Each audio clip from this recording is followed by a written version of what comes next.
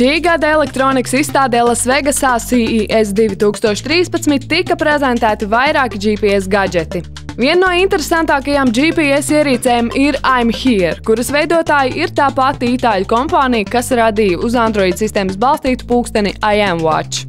GPS navigācijas ierīce I'm Here radīta, lai atrastu jebko, sākot no mājas atslēgām, maka un beidzot ar mājdzīvnieku vai bērnu. I'm Here navigācijā izmantota tieši tā pati navigācijas ierīce, kas mobilajos tālruņos, un tās aprīkojumā ir SIM-karte. Nepieciešams gadījumā ir iespējams veikt ārkārtas zvanu. Šīs ierīces atrašanās vieta redzama kartē, kura funkcionē speciālā aplikācijā. Šādu ierīci savās rokās iespējams turēt jau maijā par $169. Bet pirmās 200 reizes, kad nepieciešama ierīces atrašanās vietas meklēšana, ir par velti.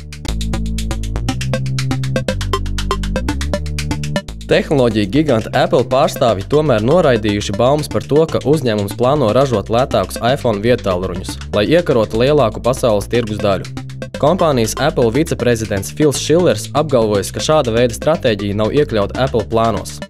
Tāpēc iPhone cena un vērtība saglabāsies tāda, kāda tā ir, un Apple atsevišķos produktos neizmantos zemākas kvalitātes materiālus.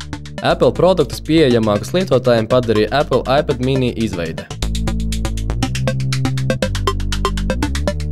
Uzņēmums Oracle laidis klajā ārkārtas programmatūru, lai novērstu drošības problēmas tā Javas programmatūrā, kuru dēļ ir vieglāk uzbrukt datorsistēmām. Atjauninājums, kas pieejams Oracle mājaslapā, novērš kritisko situāciju Java 7. versijai un izslēdz iespējamību, ka neautificēti lietotāji var piekļūt datorsistēmai, lietojot internetu mājaslapas, kuras radītu citu lietotāju datorsistēmu piekļūšanai.